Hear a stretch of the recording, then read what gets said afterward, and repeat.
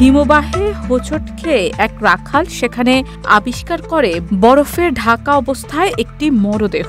দীর্ঘ ২৮ বছর নিখোঁজ থাকার পর খোঁজ মিলে ওই ব্যক্তির অক্ষত মরদেহ। বরফ দিয়ে ঢেকে থাকায় মরদেহটি একটুও পচেনি, এমনকি তার শরীরের কাপড়েরও কিছুই হয়নি।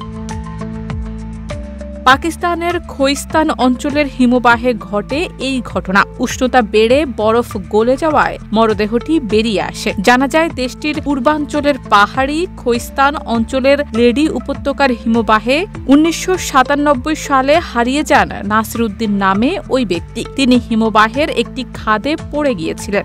গত কয়েক বছর ধরে পাকিস্তানের ওই অঞ্চলে কম তুষারপাত হওয়ায় হিমবাহগুলোতে সরাসরি পড়ছে সূর্যের আলো। এতে করে হিমবাহের বরফ গলা শুরু করেছে।